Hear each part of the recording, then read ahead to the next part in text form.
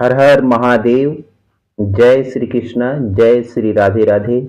मैं महाकुंभ का महत्व, इतिहास और उसमें स्नान करने का फल के बारे में यह वीडियो बना रहा हूं।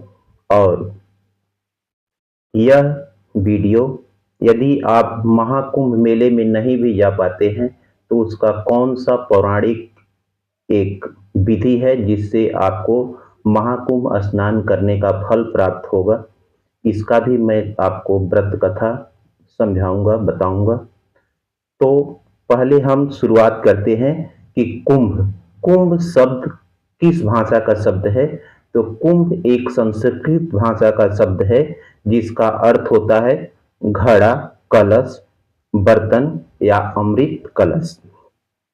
अब कुंभ किस चीज का प्रतीक है? तो हिंदू आस्था का यह प्रतीक है।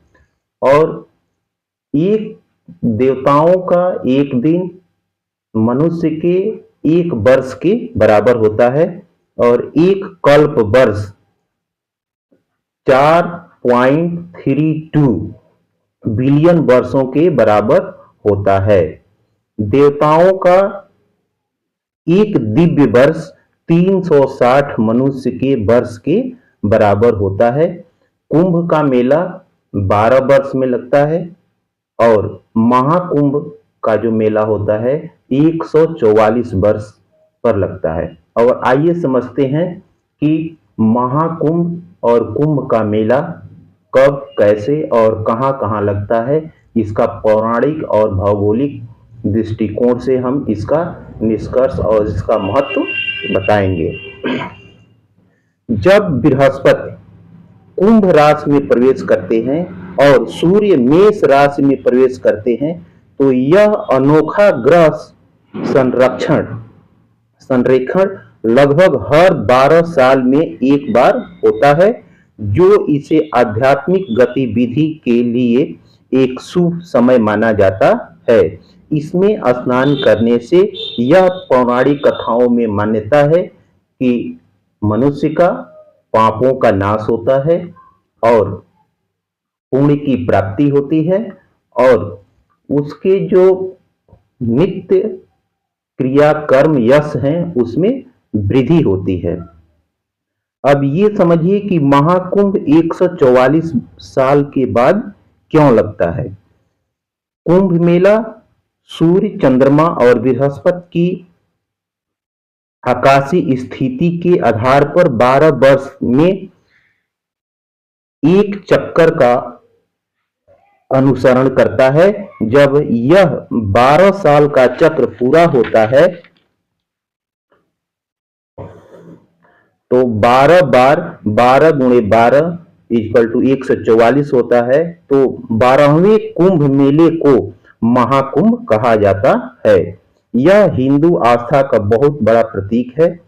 कुंभ का अर्थ मैं आपको पहले ही बता दिया। अब इसके बाद इसकी पौराणिक कथा सुनिए। समुद्र मंथन में मंदराचल पर्वत को मथनी और वासुकी नाग को रस्सी के रूप में इस्तेमाल किया गया था। यह जो मथनी हुआ था देवता और दानव के बीच में हुआ था और इसमें से कुछ रत्नें निकले थे। वो 14 रत्नें कौन कौन सी है? समुद्र मंथन में अमृत और हलाहल विष के अलावा 14 रत्न निकला था, जैसे उच्चेश्वर घोड़ा, इरावत हाथी, भगवान धन्वंतरी, कामधेनु गाय, कल्प वृक्ष, अप्सरा, रंभा, माता लक्ष्मी इत्यादि, चंद्रमा, ये सब मतलब निकले थे। इसके बाद पौराणिक कथाओं के अनुसार जब देवताओं और असुरों ने समुद्र मंथन किया तो उसमें महर्षि धन्वंतरी ने अमृत कलश घड़ा लेकर निकले।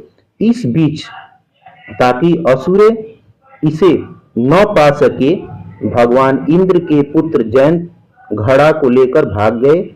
सूर्य, उनके पुत्र शनि और बृहस्पति और चंद्रमा उनकी और घड़े की रक्षा के लिए साथ में गए। जयंत के भागते समय अमृत 4 स्थानों पर गिरा: हरिद्वार, प्रयागराज, उज्जैन और नासिक त्र्यंबकेश्वर।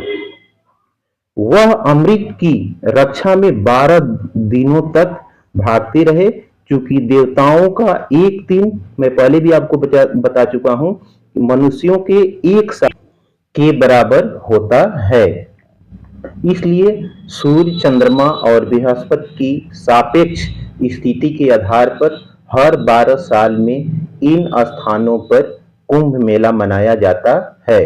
अब देखिए, हरिद्वार में गंगा नदी होती है, प्रयागराज में गंगा, यमुना और पौराणिक सरस्वती नदी का संगम होता है, उज्जैन में शिप्रा नदी होती है और नासिक त्र्यंबकम में गोदावरी नदी के किनारे यह मेला का आयोजन किया जाता है। देखिए, ये वीडियो अच्छी लगती है तो आप मेरे चैनल को लाइक, शेयर, सब्सक्राइब कीजिए और इस वीडियो को लास्ट तक आप जरूर देखिए, तभी इस व्रत कथा का लाभ आपको मिलेगा।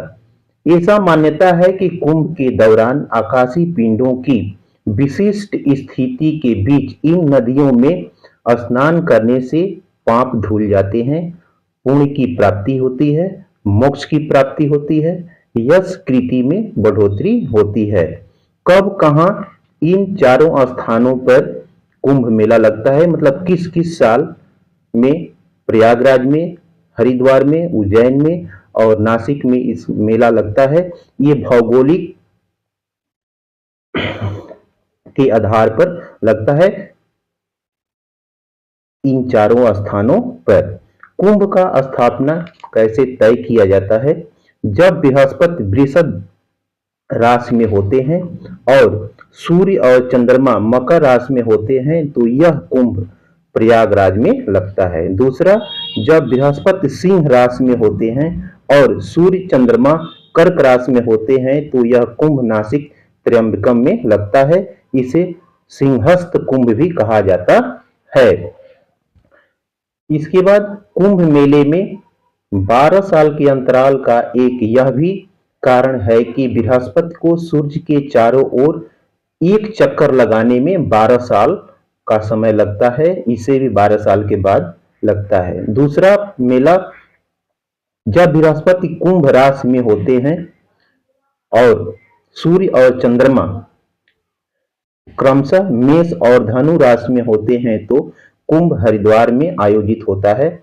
चौथा, सूर्य मेष राशि में और गुरु बृहस्पति सिंह राशि में होते हैं तब यह कुंभ मेला उज्जैन में आयोजित होता है। देखिए, कुंभ मेला में यदि स्नान किसी वजह से करने के लिए नहीं जाते हैं तो इसका एक पौराणिक मान्यता है कि आप गंगा, यमुना का जल लेकर के और जो भी आपके आराध्य देव हैं उनका नाम लेकर के सुबह अपने नहाने वाले पानी में